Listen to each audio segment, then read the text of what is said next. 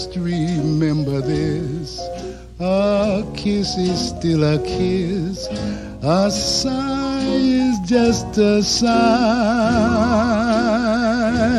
The fundamental things apply as time goes by.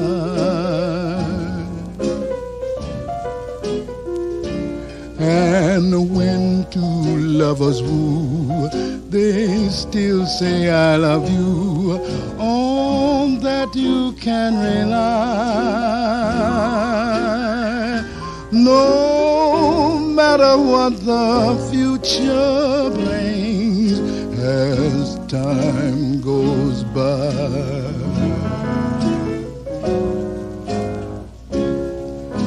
Moonlight and love songs are never out of date. Hearts full of passion, jealousy, and hate. Woman needs man, and man must have his mate that no one can deny. It's still the same old story, a fight for love and glory, a case of do or die. The world will always welcome lovers as time goes by. Moonlight and love songs are never out of date. Hearts full of passion, jealousy, and hate. Woman needs man, and man must have its mate that no one can deny. It's still the same old story, a fight for love and glory, a case of do or die. The world will always welcome lovers as time goes by.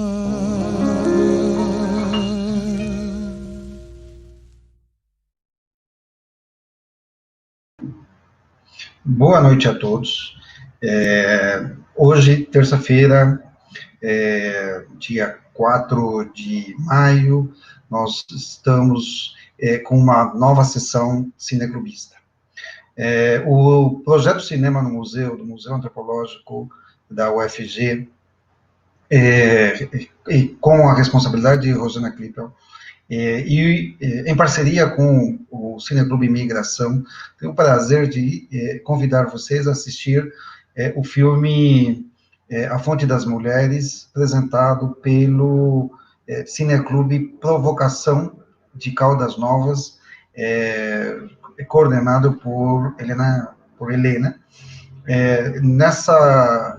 Nesse projeto Cinema no Museu, que tem aproximadamente 11 anos, hemos passado uma quantidade de sessões, filmes, e nesse último ano de pandemia, nós, cada vez mais, nessa parceria entre o Cineclube Imigração e os Cineclubes Goianos e o Museu Antropológico, estamos com sessões semanais dos cineclubes do estado de Goiás.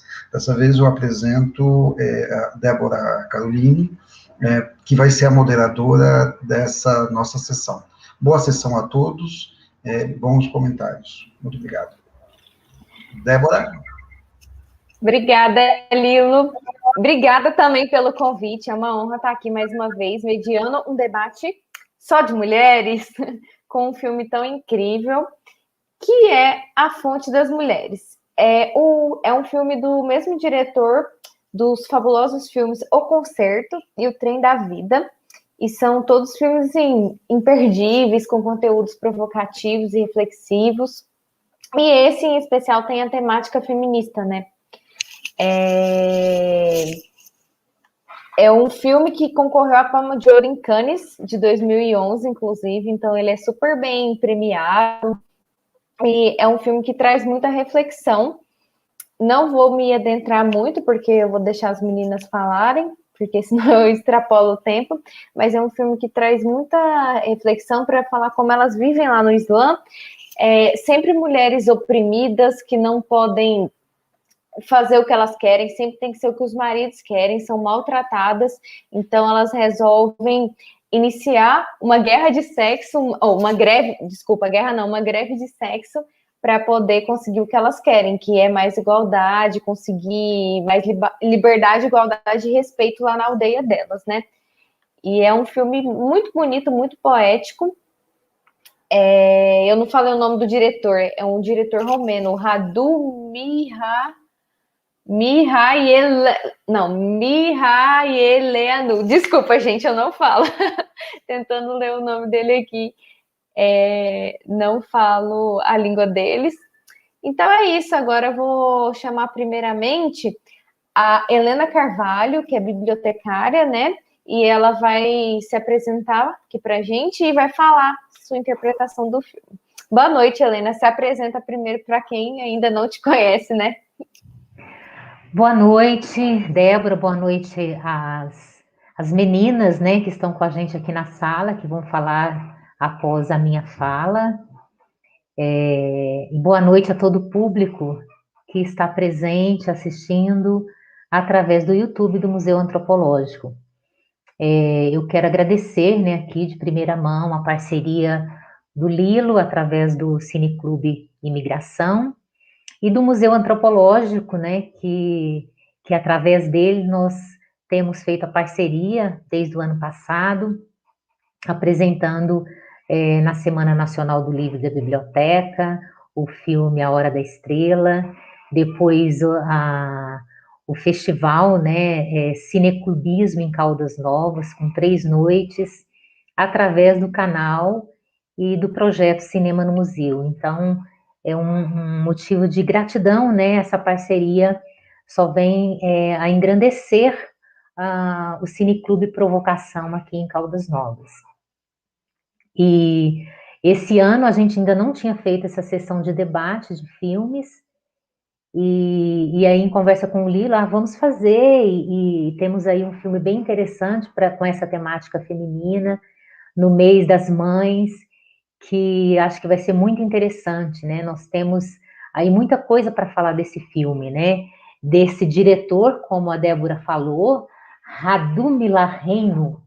Se a gente não vai pronunciar certo, né? Porque ele é romeno, né?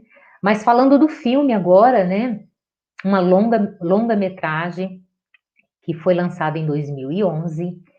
Então traz a questão da situação da mulher numa aldeia do norte da África, ou seja, uma aldeia árabe, né, islã, e que a gente observa que é uma aldeia de poucos moradores, né, numa região árida, seca, em que as tradições mudaram um pouco. Porém, para as mulheres, nada mudou. Tudo continua a mesma coisa, né? Então, é um filme que vai trazer muitos questionamentos do porquê que a situação da mulher continua do mesmo jeito. Então, eles vivem ali, naquela região, totalmente dependente de uma mina, e que quem traz, que é responsável para trazer a água para casa, é a mulher. E não é assim, né, caminhar alguns quilômetros por um lugar que dá para caminhar tranquilamente, não. Não, é escalando praticamente, né, uma montanhas e pedras, né? Então, se a gente for pensar, por quê, né?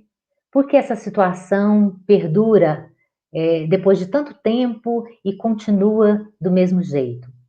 Então, aquela aldeia, eles viviam praticamente da visita de turistas.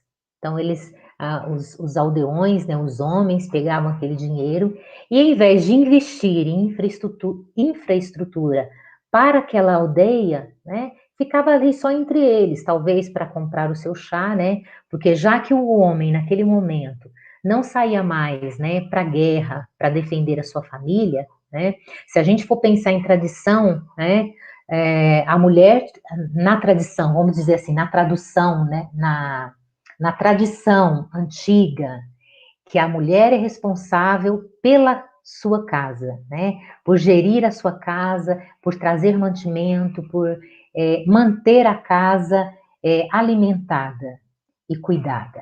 E do homem seria de sair para o trabalho e trazer para casa o dinheiro para sustentar a família. E em momentos mais dramáticos, ele era aquele responsável para sair à guerra e defender a sua nação, ou a sua região, ou a sua aldeia. Naquele momento, eles não saíam mais, né?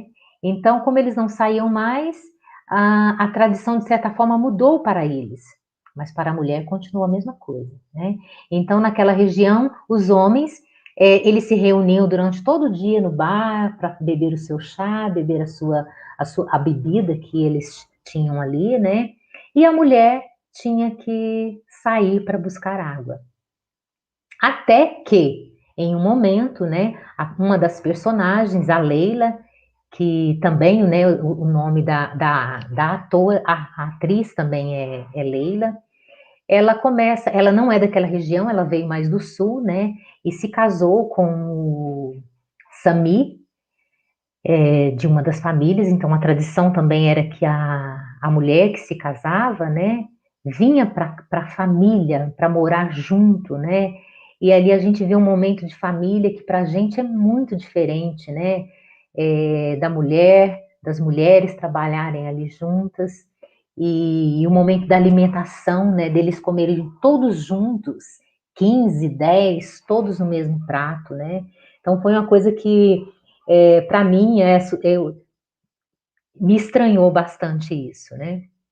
Então, a gente vê em um lado, enquanto uma mulher está sendo aplaudida porque está dando à luz a um filho homem,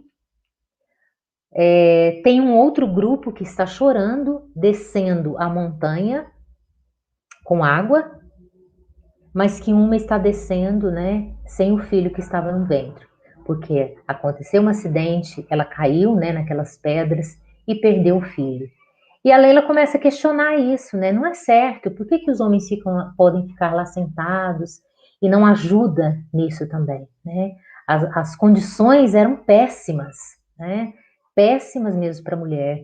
E ela começa a questionar isso e conversar com as mulheres. E aí ela tem apoio de uma das mais idosas daquela aldeia, né? E começa a analisar e mostrar, olha, não foi só essa que perdeu o bebê, né? A Leila mesmo já havia perdido o bebê e várias outras.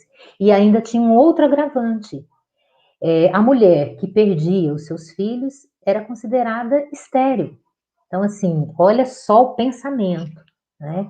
E o homem podia, então, repudiá-la e casar com outro.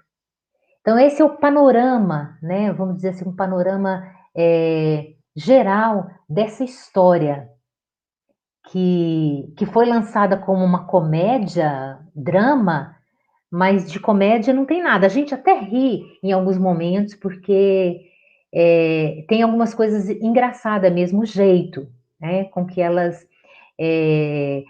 fazem a sua movimentação, a sua luta. Mas é um drama, é uma luta, né? E a gente pode assistir o filme de três perspectivas.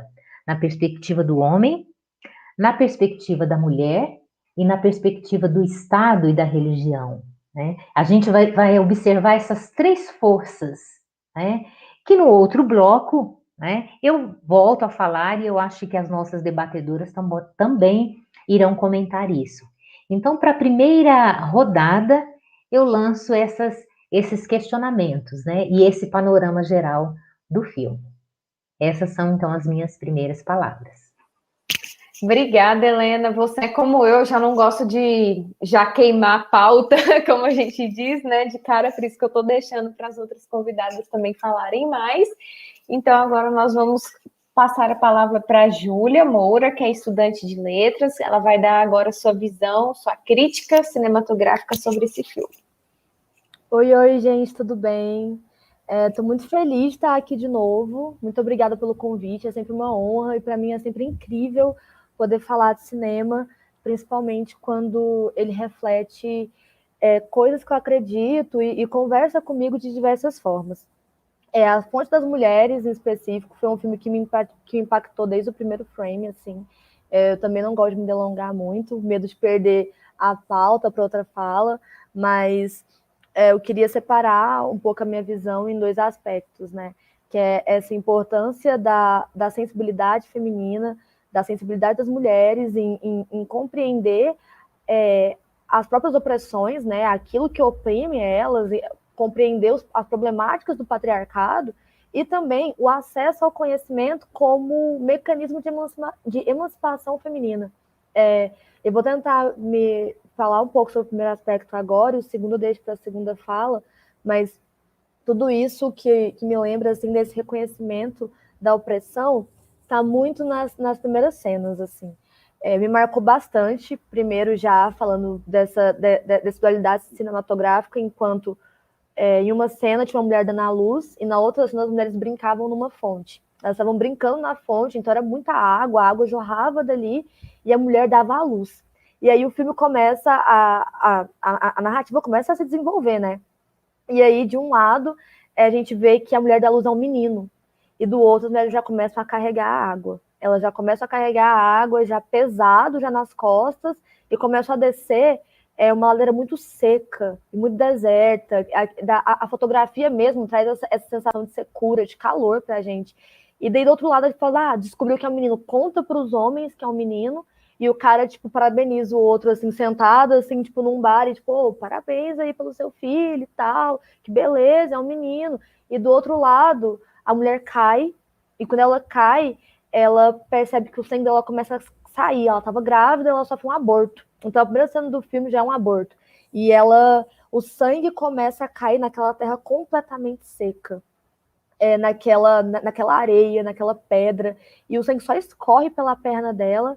E elas ficam assim, completamente atônitas, assim, sem saber o que fazer. E aquilo eu achei muito forte, porque primeiro, quando a mulher, né, ela sofre abortos, quando ela é estéril, ela é considerada que tem o ventre seco. Então a mulher é uma mulher quase inválida. Tanto que quando elas estão tomando banho, ela fala assim, porque meu útero é um forno, porque meu útero é quente, eu consigo gerar filhos. E a mulher, assim, que sofre uma violência e perde o filho, ainda sofre um certo tipo de opressão dentro daquela sociedade por não ser forte o suficiente, não ser quente o suficiente, mas simplesmente porque ela sofreu por um problema assim, imenso que causou o aborto dela. Só que elas não conseguem reconhecer isso ainda. Até que a Leila aparece, né?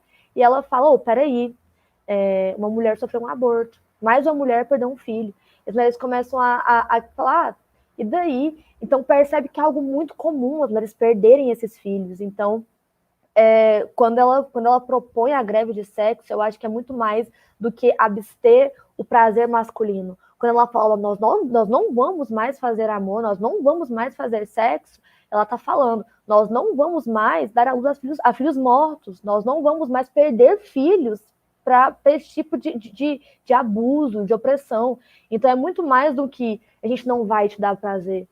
Nós não vamos mais dar à luz a filhos mortos, nós não vamos mais enxergar nossos filhos morrerem. E ela fala, olha, se eu tiver uma filha mulher, eu não quero que ela passe por isso. Ela fala tipo, isso porque ela já teme ter uma filha mulher. Até quando esse momento meio ágora assim, delas assim, me impactou muito, quando a anciã, né, o velho fuzil, assim, ela chega e ela fala...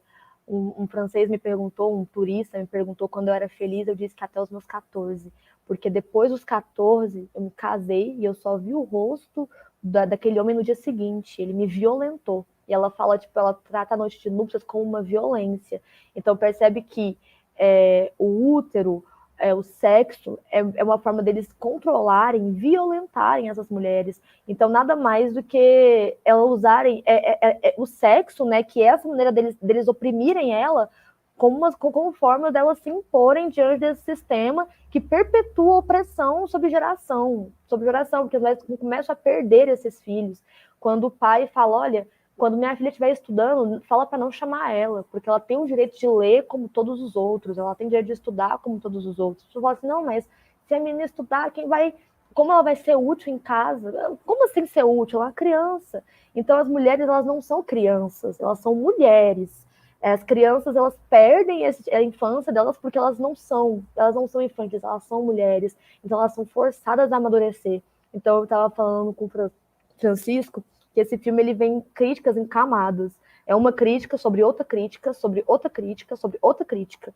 Então, a gente percebe que desde desses princípios, assim, que essa manutenção desse status quo, né, desse modus operandi de opressão que tem sobre essas mulheres, é também sobre a forma de negligência do Estado sobre elas, sobre falar, olha, nós não vamos encanar água. Você quer uma máquina de lavar? Ah, você está ficando muito folgada. Ah, você quer ajuda? Então, eles colocam as mulheres assim como... Engraçado que as mulheres sempre são vistas como sexo frágil, mas nesse filme a gente vê que o sexo frágil sempre foram os homens, que eles não quiseram abrir mão do gozo, do privilégio deles para ver os filhos nascerem. Então, para eles é muito mais fácil ver uma mulher chorar e sangrar do que eles simplesmente carregar um balde de água.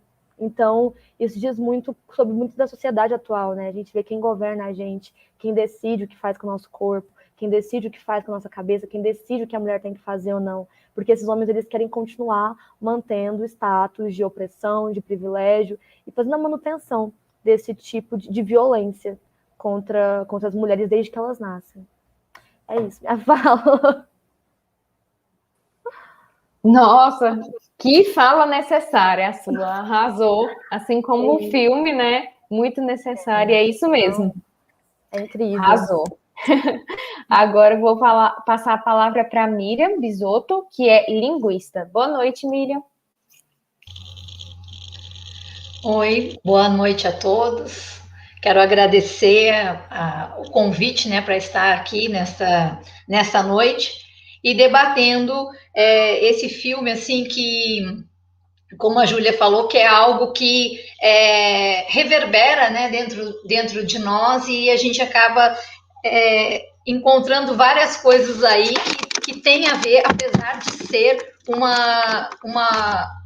um outro tipo de sociedade, né, que aparentemente deveria ser tão diferente da nossa, mas que a gente sabe que também aqui, né, na nossa vida aí, né, a sociedade, a gente está desse lado ocidental, mas muitas coisas que são ditas ali e esses momentos, essas camadas aí de crítica, nós também percebemos aqui no nosso país. Mas, antes da gente trazer, talvez até mais para uma realidade, eu queria dizer que uma das coisas que ficou assim muito forte para mim é essa questão da mulher ali mesmo como objeto, né? E uma coisa que eu vi numa entrevista do diretor, ele dizendo que ele buscou, né? Ele viu uma história parecida, que inclusive foi engraçada, né, sobre essa questão das mulheres numa pequena aldeia que tinha feito essa greve de sexo. E ele achou até muito engraçado e pensou que isso daria uma boa história. Mas para isso também, ele trouxe essa questão de pessoas instruídas, porque eu me questiono até como seria, né, se o Sami não fosse aí um professor, não fosse, digamos que um homem culto, e não tivesse ensinado isso, né, a esposa ali, a Leila, e também porque a Leila, na verdade, ela era ali uma estrangeira, né, entre eles, né, uma forasteira que vinha com outro pensamento e que veio, então, ali atiçar algumas coisas para as mulheres, né, mexer nessa questão tradicional que eles tinham, né. Então, ali naquele vilarejo.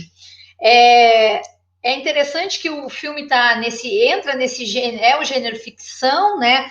mas vai também um pouco por documentário, que é possível a gente conhecer um pouco da sociedade, mas acaba sendo classificado como uma comédia dramática, mas o que a gente percebe é que é mostrado aí algo que acontece nesse pequeno vilarejo, que tanto faz, né, nem é nomeado esse vilarejo, porque esse vilarejo pode ser qualquer vilarejo daquela zona lá, norte da África e Oriente Médio, que realmente muitas políticas públicas ali demoram para chegar. E a preocupação, principalmente dos homens, é que chegando à modernidade, o que vai acontecer? Com isso vai chegar o consumismo. E aí a gente repara ali nessa questão de que elas já fazem uso do celular, aí vão ficar assistindo televisão, aí vão querer máquina de lavar, aí vão querer outras coisas que existem aí, que elas podem querer via o consumismo, né? É interessante também que o filme ele trata de um poder de mobilização que é conseguido, né, a partir do domínio da cultura letrada. Então, trazendo aqui para a minha área da educação e para essa área específica também da língua, né, a gente pensar a importância de ser alfabetizado, né, de saber ler, de saber escrever, de saber interpretar no mundo quando isso aí é negado, né? E a partir também dessa greve de sexo e mesmo essa busca da hegemonia aí das mulheres muçulmanas de uma aldeia lá qualquer no Oriente Médio, mas contra o quê? Contra a tradicional divisão sexual do trabalho e o seu reflexo na qualidade de vida daquelas mulheres, né? É uma região ali que vive um drama da resistência da tradição, então a gente tem por exemplo, essa tradição colocada pelos anciões, colocada pelas crenças, pela crença religiosa ali, né, pelo Alcorão, outros livros, outras escrituras sagradas, tentando evitar aí as inovações que podem vir pela modernidade, né? Esse filme também tem um foco principal na condição da mulher na sociedade islâmica, sob a sanção religiosa da dominação masculina, tornando as mulheres objeto de posse de seus maridos e de seus pais, né? Inclusive com a possibilidade de renda devido ao dote, né? Que a instituição do dote que vem junto do casamento, né? E outra coisa também esses papéis aí delimitados, né? Que até a Helena já comentou, a mulher nesse espaço doméstico, esse espaço privado, cuidando então dos afazeres domésticos, da criação da sua prole, que dá bem para a gente entender que eles vão ter muitos filhos, que parece que mulher é para isso mesmo, né? E também as obrigações diárias com o marido, ou seja, ela não tem, as mulheres, a gente percebe claramente, não tem a possibilidade de sentirem vontade de ter sexo, de fazer sexo ali com o seu marido. Não, elas são como objetos, elas estão sob a vontade deles, né? E também que essa luta aí fica muito claro que a questão da fonte, né? Elas até na fonte elas brincam, elas riem, mas também lá na fonte, naquela escalada para ir buscar água, a gente também percebe o que já foi dito aí, né? Essas questões que acontecem com as mulheres, elas têm que carregar um peso, elas têm que caminhar por um lugar muito árido, elas podem cair, elas podem se machucar, elas vão perder bebês, como a gente já viu aí na história que isso aí acontece. Mas então a luta aí não é só por água, mas a luta é por uma divisão de trabalho que seja mais justa e igualitária entre os homens e as mulheres. E enquanto os homens continuarem classificados superiores às mulheres, a sociedade em que elas se vive ali jamais será uma sociedade que vai conseguir se libertar, então, dessa hierarquização. E com isso, a gente viu E aí, trazendo um pouco para o meu lado aqui, a questão do conhecimento, do saber, né? Que esse é capaz de legitimar as igualdades numa sociedade, que se tem dominadores e dominados, e que só o que se julga superior, que se só o que se julga superior tiver acesso ao conhecimento, a gente não vai conseguir chegar numa sociedade ali democrática nunca. Então, para essa sociedade onde uma sociedade que o conhecimento possa alimentar a todos, aí sim vai se poder possivelmente se chegar à democracia e à solidariedade. Então, acho assim, muito interessante quando a gente viu ali, né, no filme, que o Sami, ele queria que a sua esposa conhecesse as letras, que fosse capaz de ler e de escrever. E ele preparou também a Leila para que quando ela fosse conversar com o sábio, com o imame, que ela tivesse argumentos. Então, isso aí é interessante a gente pensar que nós podemos ler, mas ler com que finalidade, né? Ler, então, para que a gente tenha argumentos para se expressar. E aí, quando ela vai conversar lá com o sábio, ela primeiro ouve, né? Ela está aberta a escutá-lo. Ele diz que já está passando assim um pouco dos limites, que era melhor elas voltarem para casa, porque essa greve de sexo, de amor aí já estava demorando muito, mas ela vai questioná-lo de várias coisas, usando as escrituras sagradas, né? E mostrando para ele que não era bem assim, né? Que não era isso que Alá esperava, né? Que Alá não fez o homem para ser superior às mulheres, e que eles poderiam ser iguais. Agora, o que seria o igual? Era isso que deveria se pensar, né? E outra coisa, para finalizar a minha fala aqui, que eu achei muito interessante também, foi o livro das 1001 Noites que o Sami deu para Leila.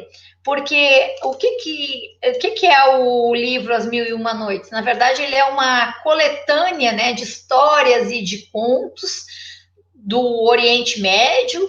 Essas histórias já foram sendo coletadas desde o século IX, e ali tem muitas histórias. E uma parte que a gente sabe, assim, que essas histórias elas foram contadas por Sherazade para se manter viva. Então, quer dizer, assim, se a gente tiver conhecimento e tiver os argumentos certos, aí a nossa luta com certeza vai ser mais profícua.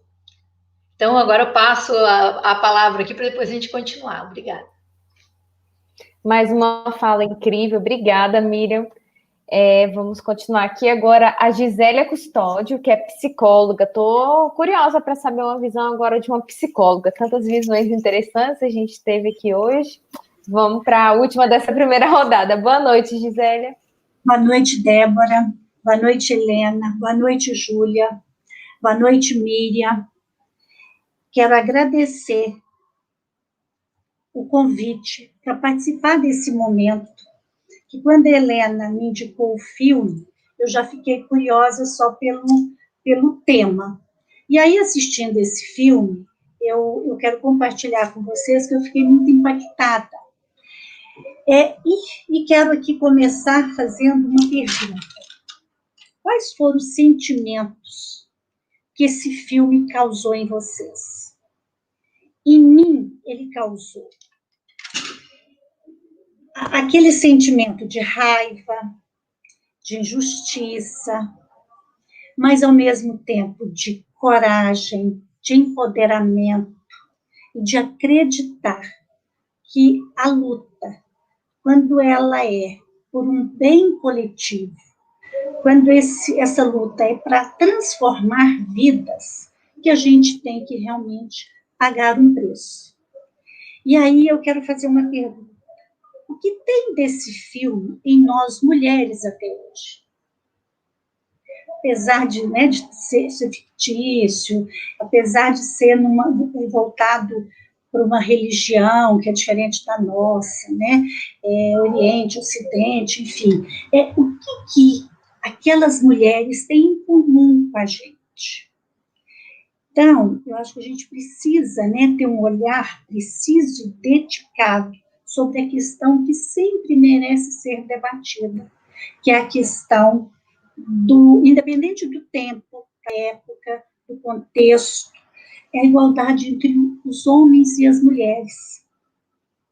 E o que me chamou também a atenção é que o que esse filme nos provoca enquanto mulheres? O que o sofrimento daquelas mulheres também mexe com o nosso sofrimento. E aí eu até coloquei assim, que esse filme marca e representa muito daquilo que temos dentro de nós e não sabemos como expressar. Então, isso, assim, quanto isso angustia, né, nós mulheres, que somos seres com poder, com uma vida, né, com uma fonte de amor dentro. E aí eu achei muito, muito interessante também que eu vi esse filme, né, baseado nos aspectos da política, da cultura, da educação, da religião e do social. E aí, se a gente for pensar como que tem, né, vários sistemas diferentes, mas que, no fundo, parece que é com um objetivo comum, que é de oprimir, que é de ter domínio e poder, especialmente entre as mulheres. E outra coisa que me chamou a atenção é que o grupo, nessa questão social, é que o grupo é fundamental. Se nós quisermos fazer qualquer mudança, a gente precisa ter um grupo. E esse grupo ficou muito presente, né, naquele filme, quando a Leila busca o apoio, né, naquela personagem que era mais velha, que já tinha toda uma experiência, que também ecoou nela aquele sentimento de injustiça que ela já trazia há anos, né, sentindo violentada, sentindo que não tinha sido amada, e que ela tinha um imaginário do que era ter um marido. E isso também ficou muito, muito claro para mim, o imaginário de nós mulheres, né, o que a gente espera de um marido. E que isso foi sempre o contrário na vida da maioria delas ali, né? Só a Leila que teve realmente a oportunidade de casar com quem ela amava, porque até então os outros casamentos eram arranjados, né? E só se conheciam depois do evento ali, da celebração. Então, ela teve essa oportunidade. E outra coisa que me chamou também a atenção é quando a questão da educação, isso acho que até hoje ainda é forte,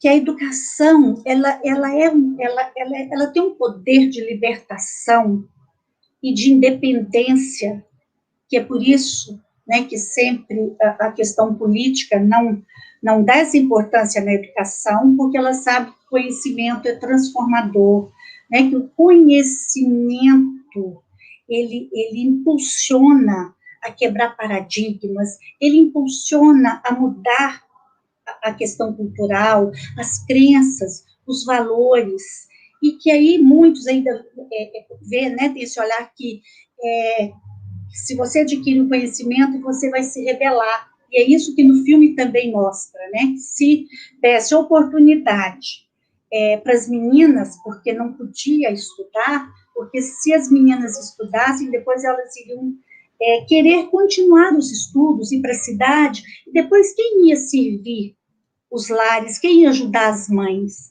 Então, é aquela questão da... não pensar no outro, mas é pensar no que o outro vai me servir. Então, isso também me causou, assim, muito, muitos questionamentos, né? Essa questão de escravizar para eu receber, e não importando os desejos, os sonhos do outro. Então, assim, ficou muito presente para mim essa questão da opressão, do poder da articulação e também da superação. E uma outra coisa que eu... e também no filme me chamou a atenção também da questão da corrupção,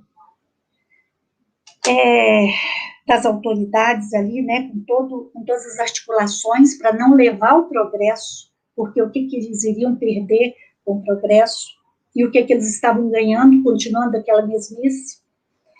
E uma outra coisa que eu escrevi aqui é que a diferença ali dos gêneros, porque os homens, né, queriam o sexo como um direito do macho, e as mulheres imploravam para serem olhadas, para serem livres e para serem amadas. Então, as mulheres queriam era isso, enquanto que os homens as viam só como objetos. Então, isso é uma outra coisa que também, né, ficou muito forte para mim nesse filme. E aí, eu queria também falar que, pegando um pouco do que a Miriam falou, que também me chamou a atenção, dentro da questão da religião, né, que eles buscaram o líder lá para conseguir fazer com que elas dispersassem e continuassem naquela submissão, e quando ela mostra, né, o conhecimento e o argumento mesmo, quando a Miriam falou, então aquilo me mostra como se fosse assim, nossa, o conhecimento é tirar a cegueira, né, descortinar aquilo que a gente não estava conseguindo enxergar, perceber, né, que a gente estava só seguindo, mesmo infeliz, mesmo insatisfeita, mas estava deixando ser levada. E aí que, com aquele argumento mostrando a verdade, a realidade, né, consegue ter ele como aliado. Então, eu achei muito, muito interessante, né, esse questionamento, mas de uma forma respeitosa. Então, eu acho que era mais ou menos isso, de pensar o que tem dessas mulheres ainda hoje, porque mesmo que a gente está em outro momento, nós tivemos essa oportunidade, temos a oportunidade de estudar, mas o que tem daquelas mulheres ainda em nós? E eu queria, né, encerrar assim, a minha fala dizendo que ficou para mim nesse filme é que a mulher é a fonte de tudo que é sereno, que representa, aquela fonte representa o amor, representa a liberdade, representa a solidariedade, representa a vontade de ser quem é, de poder sonhar e vislumbrar e viver bem consigo e com os outros. É isso. Muito obrigada. Aí, que fala linda, gente. Vocês arrasaram na primeira rodada. Mas agora eu quero dizer que nessa segunda pode abrir o coração, tá? Porque a gente está caminhando para o meio, para a reta final. Então, o que vocês quiserem falar agora, não deixe para depois, que muitas falaram que ainda queria falar mais coisas. Agora pode abrir o coração. Começando de novo com a Helena. Opa, já estou aqui. Nossa, agora depois de tanta fala, eu já nem sei mais o que falar. Mas, lembrando aí de algumas pontuações que as meninas fizeram, né? Lembrar que naquela cultura, né? As mulheres não podiam estudar, né? Mas a gente tinha ali uma resistência, né? E não era só só da Leila, né? Mas o seu esposo também estava com ela, né? Ele também era um aliado. Ele lutava para que ela tinha o conhecimento, o estudo, né? Como bem mencionou a Miriam, ele mostrou para ela e falou: olha, vá preparada, se prepare. E uma coisa que ele falou com ela que eu lembrei muito agora também, e que eu gostaria de trazer aqui, que ele falou assim, olha, faça guerra, né? Levante essa sua bandeira, mas faça guerra com respeito e amor, né? A nossa guerra aqui não é só pelo fato do homem e ser diferente de nós, não é isso, né? Não é essa a nossa guerra, né? E a outra questão é o que a gente pode ver ali naquela história que a Gisele também pontuou, que é a questão da união e que traz uma palavra nova para nós hoje, que é a sororidade, né? Que eu até coloquei nos comentários ali o que é a sororidade, né? Que basicamente ou essencialmente é a união entre as mulheres, né? A mulher não deve olhar a outra, a sua parceira, como uma inimiga com relação à sociedade, com relação aos homens, mas elas devem se unir no mesmo propósito, com o mesmo objetivo, né? Então ali a gente percebe essa união das mulheres, né? E claro que a gente sempre tem uma líder, né? Não é aquela líder autoritária, mas é uma líder que vai mostrar os caminhos e também a sábia, né? Como a gente bem vê no filme, na figura daquela anciã, né? Nossa, ela tem um nome até Fuzil, né? O nome dela. Então, ela é bem corajosa e bem dura nas palavras, né? E bem clara também nas suas palavras, de mostrar a realidade do que ela tinha vivido até então, né? E de mostrar como que ela tinha vivido e como que ela estava naquela situação ainda, né? Mas que ela não aceitava mais, né? Ser subjugada, né? E quando ela descobre que o próprio filho, né, quer derrubar o líder religioso ali daquela aldeia, para ele tomar o poder junto com a sua, vamos dizer assim, com o seu outro lado, e ser mais cruel ainda, ser mais fundamentalista, né? Ela chama a atenção dele e fala: eu sou sua mãe, não é porque eu sou mulher que você não vai me respeitar, né? E você se coloque no seu lugar. Então é um momento assim dela mostrar a sua força como mãe, como anciã daquele lugar, né? Daquele momento. E delas continuarem, né? Mesmo no momento em que ela não tinha nenhum apoio, né? No início ela não teve, ninguém quis apoiá-la, né? Pelo contrário, foram praticamente todas contra ela, mas ela continuou, né? Firme aos pouquinhos, né? Aos pouquinhos. Né? E aí tem uma frase muito importante que é: conhecimento e ação é poder, né? Como a gente bem viu que a leitura foi fundamental nisso tudo para ela ter um argumento. Foi através da leitura do próprio livro sagrado, do Alcorão, do livro de literatura, né, que chegou às suas mãos, das Mil e Uma Noites, e claro que não foi só aquele que ela leu, mas que deu a ela argumentos e firmeza para falar com o ancião daquela aldeia e mostrar para ele: tem alguma coisa errada, né? Nós não estamos fazendo certo, não é por aí, né? Vamos interpretar melhor, né?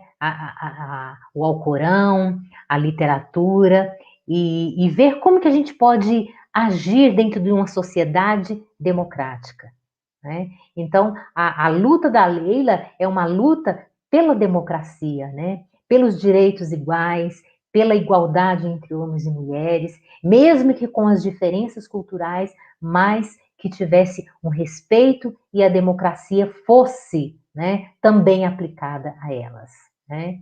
Então, isso é o que eu queria falar nessa segunda rodada, de dizer que o filme me impactou muito, né?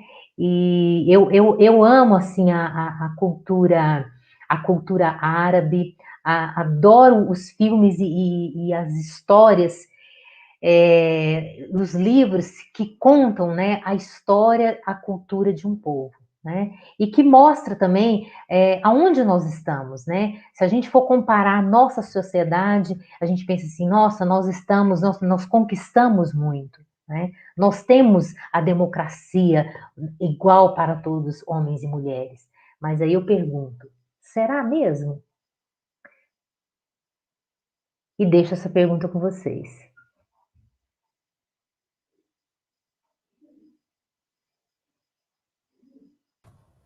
Oi, eu compartilho da mesma coisa, Helena. Chega um ponto assim que a gente percebe que a gente não tem mais o que falar.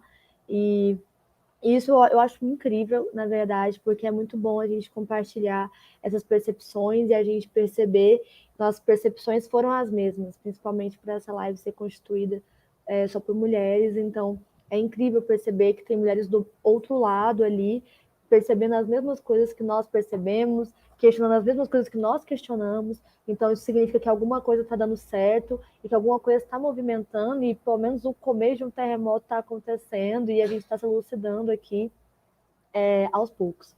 E eu queria falar, né, daquela segunda questão que eu tinha mencionado, né, sobre essa prática, né, o poder da educação enquanto instrumento emancipador da mulher, daquelas condições de opressão. E isso também é muito refletido até pelo medo dos homens, das mulheres buscarem educação, né? Quando o professor fala, assim, com outra ancião e fala, ai, tem que ajudar-nos a estudarem, não pode mais fazer isso. Ele vai falar, não, mas como ela vai ser útil? Aí ela vai querer estudar na cidade, quem vai bancar o estudo dela na cidade? Ela não vai querer fazer isso. Então eles percebem que a educação é um efeito cascata na emancipação feminina. Eles percebem que a educação ela é um efeito cascata na emancipação de um povo. É por isso que autoritários temem tanto que um povo tome conhecimento. É por isso que os autoritários temem tanto que um povo ele tem acesso à literatura, tem acesso ao conhecimento, tem acesso à própria cultura e questione aquilo. Porque isso é uma arma contra estruturas totalitaristas, autoritárias, fundamentalistas e opressoras. E isso é muito incrível, assim, ver como que essa mobilização feminina conseguiu desestabilizar aquela estrutura local, né, de corrupção, de machismo, de opressão, de misoginia, que se alastrava ali por todas aquelas pessoas. Isso é muito maluco, né? Porque até pensando naquela coisa do Estado, como eles negligenciavam os pedidos, como eles negligenciavam os questionamentos, como eles ignoravam tudo, como se as mulheres realmente não tivessem direito algum à voz e a dor delas não fosse importante. Até que tudo começou a mudar quando uma mulher começou a sentir a dor da outra. Então, quando uma mulher percebeu que a dor da outra também doía nela, as coisas começaram a mudar. Aquela coisa da empatia, dela conseguir perceber aquilo e perceber que tem algo errado acontecendo. O papel do marido dela enquanto aliado é muito importante, até porque ele não toma a luta para si, ele se posiciona ali como aliado, ele ser um professor também eu acho muito significativo, porque é sempre voltando para aquilo, olha, estudem, olha, busquem conhecimento, olha, se emancipem, olha, você precisa ler, você precisa estudar, você precisa entender, você tem que saber escrever. E isso é incrível, sabe? Porque o conhecimento das mulheres, assim, ele foi negado por muitos anos, e hoje em dia também a gente percebe quando as mulheres são silenciadas dentro da academia, quando as mulheres são silenciadas em estruturas, né, tipo assim, acadêmicas mesmo, assim, a mulher é sempre tida ainda enquanto um ser incapaz, ou inferior, ou não tão inteligente, ou que fala besteira demais. Então, ver que essas mobilizações, assim, foram partindo de uma mulher, foi para outra, foi para outra, foi para outra, e tipo assim, olha, tem alguma coisa errada acontecendo, e coisas começaram a mudar, realmente muito inspirador. Me senti muito inspirada por essa obra.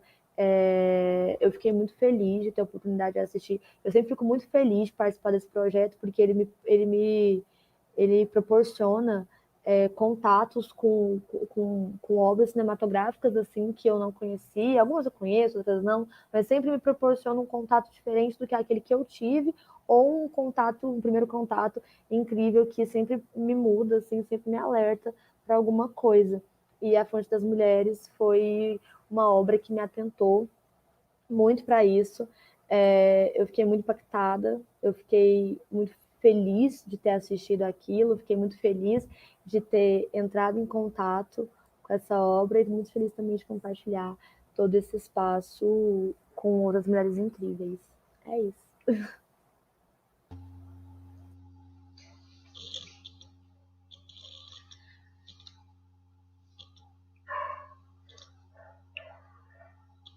Bom, continuando. Esse momento é difícil, porque ela falou assim, abre o coração, mas a gente tem tanta coisa que a gente gostaria de, talvez, dizer, de ainda cutucar um pouco mais, né, algumas questões, né, mas eu vou começar falando assim, eu acho que ali, eu percebi que ali foi foi como um acordar juntos. A Gisélia falou da importância do grupo, e na verdade não tinha grupo, né? E o que foi levantado naquela aldeia ali, entre as mulheres, quando tem aquela cena da sauna, o que a gente percebe? A gente percebe que muitas daquelas mulheres, a velho fuzil, e mesmo a sogra da Leila também, a Fátima, elas tiveram, assim, foi a infância roubada. Como a infância roubada? Porque elas tiveram amores. A velho fuzil ainda fala assim, todo mundo amou alguém antes de casar, mas era aquele amor que não iria para frente, né? Era algum amor que ia ser interrompido porque a família ia decidir, né, com quem a filha ali, o filho casariam. Então, tinha os interesses, né? E a gente vai ver que esse grupo foi acontecendo aos poucos. Por isso eu falei um acordar juntos, assim, sabe? Que elas começaram a se mobilizar. E uma coisa que me chamou muita atenção foi a forma de comunicação que inicia, né? Ela inicia elas lá cantando, né? E uma das coisas que elas cantam lá, elas cantam a água traz nem é uma coisa que elas cantam. A Leila, quando chega naquele momento que elas estão comemorando o nascimento do menino na aldeia e elas chegam carregando a água, que a Leila começa a falar e ela canta ali um pouquinho, né? Ela interrompe a música das outras, ela canta um pouco, ela diz assim, a água traz a vida, a água leva a vida. E aí ela é interrompida, que elas começam a cantar mais forte. E uma que eu achei interessante, a forma de comunicação através da música. Elas, num ritmo ali, elas falavam coisas que estavam acontecendo, né? Então, elas faziam essas declarações, inclusive elas conseguiram ser ouvidas pelo jornalista e depois a matéria dele ser publicada e tudo acontecer aí, tomar um rumo na história delas. Quando a guerra eles fizeram um motim ali, né, para na estrada pegar aquele grupo, mas elas já tiveram a percepção de que alguma coisa não iria dar certo, e o que elas fizeram? Elas mandaram aquele grupo de meninos escondidos ali naquelas roupas, para que elas chegassem à aldeia de uma outra forma. E depois, quando eles viram, tinha sido os meninos, né? E aí lá elas chegaram cantando. E nessa cantoria delas aí, né? É muito interessante a gente ver o que elas contando lá, né, que elas estavam em greve de amor. Por quê? Porque não era uma obrigação só delas carregarem a água, que isso aí tinha que ser uma coisa com os maridos, tal.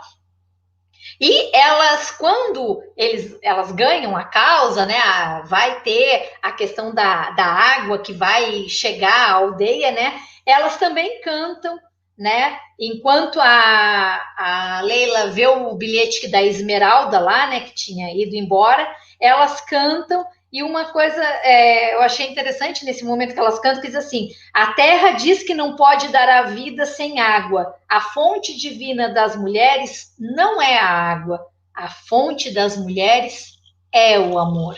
Então, achei muito, assim, forte isso, né? Que nós temos essa fonte dentro de nós, essa fonte que é o amor, e por isso a gente se interessa, acho também, tanto por esse tema, porque ele nos é muito caro e a gente ainda precisa lutar muito pela realmente a nossa condição. Outra coisa também que eu gostaria de salientar aqui, que me chamou a atenção, foi quando elas foram conversar com o sábio, com o imame. Depois que ela entra com os argumentos, como eu tinha falado no outro bloco, e aí ela ele ouve e ele vai ficando meio cabisbaixo, porque ele presta atenção no que ela está dizendo. E aí, quando ele chega em casa, à noite lá com a esposa pergunta para ele, você colocou as feiticeiras no lugar delas?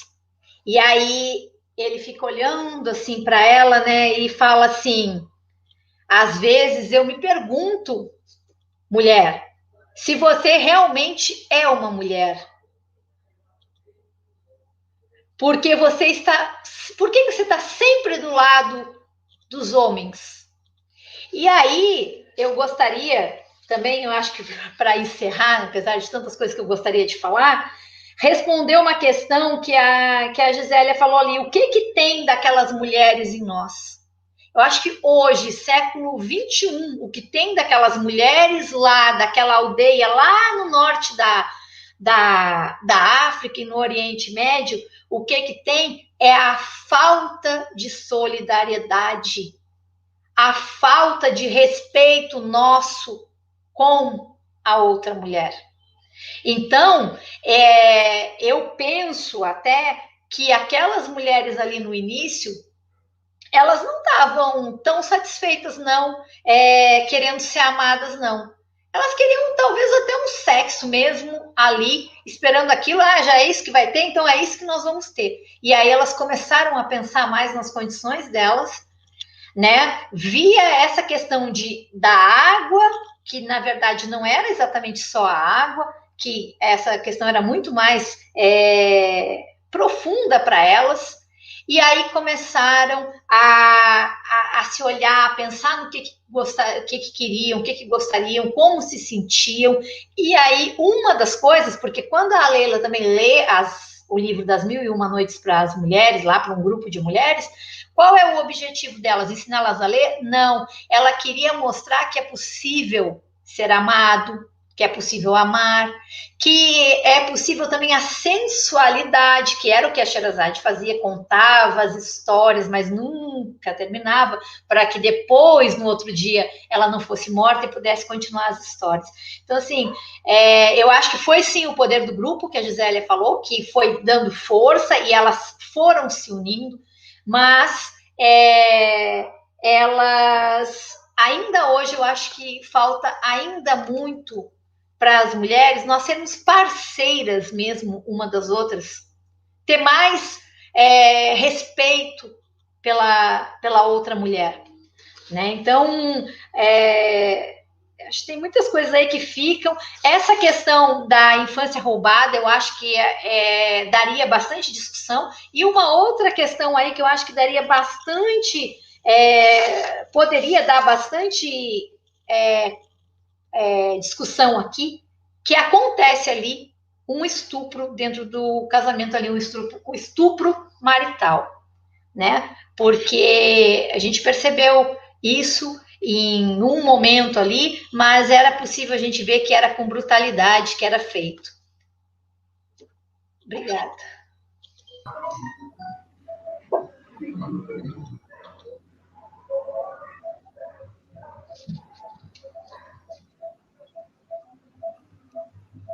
Pode falar, Gisele. Quantas coisas! Nossa, muito bom participar com vocês, a gente aprende muito. Mas eu quero falar aqui agora dos mecanismos de defesa, que me chamou a atenção, o núcleo de conflito da sogra com a Leila. E se eu não estiver enganada, numa parte lá do filme, ela fala, ela me roubou meus 2 homens. Teve isso, gente? Ou eu estou confundindo com outro filme? Mas ficou isso na minha memória. E aí, quando a Miriam lembra aquela outra parte, né, que chama a atenção dela, que ao invés dela ficar do lado das mulheres, que ela estava apoiando os homens, né, e de ser até questionada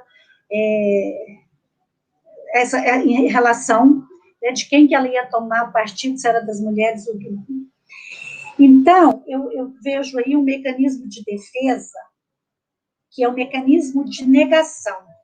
Esse mecanismo de negação nada mais é que consiste em você recusar negar a realidade, negar os seus desejos, e com essa negação você consegue permanecer naquela inércia, mesmo não tendo, mesmo inconscientemente, sabendo que não é o que você gostaria, mas você usa o mecanismo de defesa, negação, para você dar conta de achar que está tudo bem. Então, a sogra ali usava o tempo inteiro esse mecanismo de negação e, ao mesmo tempo, o mecanismo da transferência e da projeção, né? Porque, de certa forma, tinha uma rivalidade que a Leila conseguia, né, ter um relacionamento diferente do que ela tinha com o marido, né, a sogra, e a Leila também conseguia lidar muito bem com o sogro. Então, essa rivalidade, essa competição também me chamou a atenção. E uma outra fala que me chamou a atenção também, que vai para essa questão dos mecanismos de defesa, né, que a nossa mente usa, é quando uma delas lá estava passando, né, estava sofrendo a cólica menstrual, e aí, muito irritada, e claro, né, com as dores, ela vira e fala que eu não queria ser mulher, eu não gosto de ser mulher, né, que é um outro mecanismo de defesa, porque naquela situação é tão sofrido ser mulher, é tão desrespeitada, é tão injustiçada, que eu quero negar esse ser mulher, né? Mas, ao mesmo tempo, eu reforço o que a Miriam falou e que as que me antecederam, que nós, mulheres, somos, sim, um poço, uma fonte inesgotável de possibilidades, de amor, e que a gente precisa enxergar a outra mulher com as mesmas dores, com as mesmas alegrias, com os mesmos anseios, desejos que nós sentimos. Então, eu também comungo dessa questão que nós, mulheres, temos que deixar essa competição velada e nos unirmos, formarmos esses grupos para que a gente possa levar essa luta, para que nós sejamos cada vez mais respeitada, né, vista como um ser de direitos e deveres, e que a gente possa fazer uma revolução coletiva baseada no amor. E outra coisa que me chamou a atenção também é, embora naquela época, né, a repressão sexual, toda aquela opressão, mas naquele momento que elas estavam ali naquela sauna, parecia uma sauna, eu percebi que a libido delas assim, era muito aflorada, né, que elas queriam fazer o sexo para ter prazer mesmo, não só para satisfazer, né, os seus maridos e não só para procriar. Mas eu vi essa questão, esse desejo das fantasias, né, essa sensualidade. E também o que me chamou muita atenção é a resistência mesmo delas, né, daquelas que sofreram a violência dos maridos para permanecer fazendo o acordo, né, do grupo, mas que foram violentadas. Então, é isso. Eu queria até assim, deixar uma frase, né, que é corriqueira, mas eu acho que condiz com o que a gente está falando, que é uma andorinha sozinha não faz verão. Obrigada. É isso mesmo, gente. Calma, muitas de vocês já se despediram, mas é agora a hora de despedir. Eu quero deixar também uma mensagem com tudo que vocês falaram. Eu refleti bastante, refleti assistindo o filme. E, assim, realmente nós mulheres, a gente tem que se unir mais. Assim, é triste, aqui no Ocidente as questões são outras, né? Muitas olham umas para as outras julgando o cabelo, julgando se está acima do peso, julgando a aparência, em vez da gente se unir para fazer coisas grandes como essas mulheres do filme conseguiu, né? Então fica aí a mensagem para todas as mulheres que estão assistindo a gente.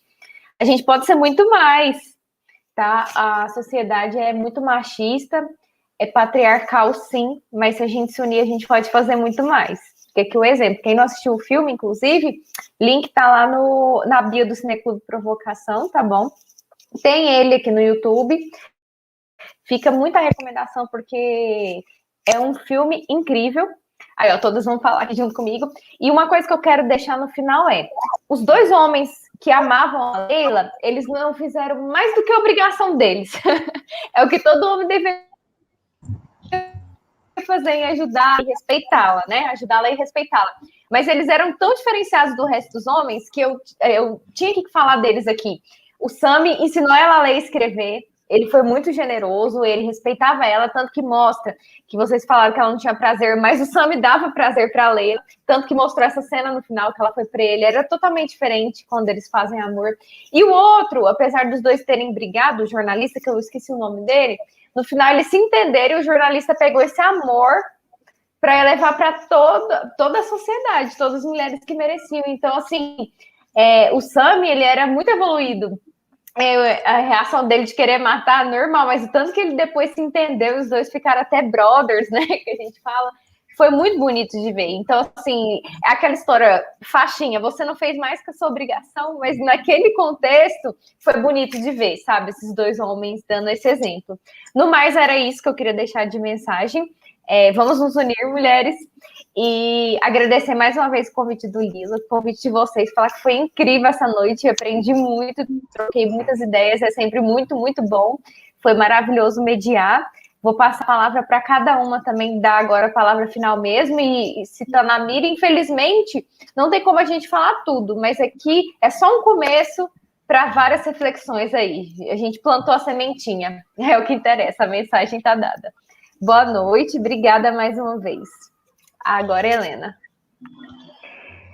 Bom, eu quero dizer que foi um prazer, né, estar aqui junto com você, Débora, Júlia, Miriam, parceira do Leia Mulheres, né, nós estamos juntas e misturadas todo mês, né, compartilhando uma leitura, né, ou no Clube Roda de Leitura, ou em outro mês no Leia Mulheres. E a Gisélia também, que é a nossa parceira aqui, está sempre com a gente nos eventos.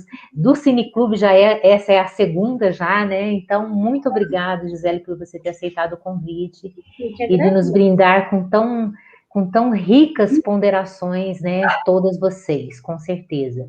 E eu quero finalizar deixando a frase aqui: lembremos-nos, as mulheres ao nosso redor não são nossas rivais e nunca estiveram em uma competição conosco, né? Lembrarmos dessa palavra sororidade, solidariedade e de nos unirmos, né, por uma causa maior, com amor e com respeito para com o outro, o homem, para com a outra mulher. Muito obrigada ao Lilo por essa parceria, pelo Museu Antropológico, por essa grande parceria que fez possível, né, essa transmissão desse nosso debate. Muito obrigada, boa noite a todos e todas. Júlia, agora. O microfone está mutado, Júlia.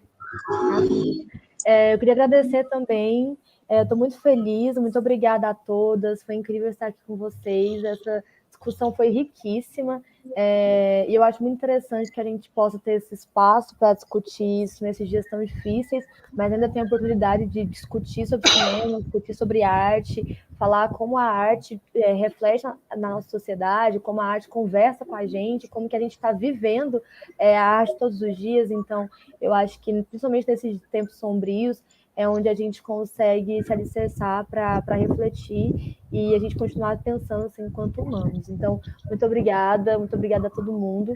Foi ótimo estar aqui com vocês. E é isso. Muito obrigada. Miriam.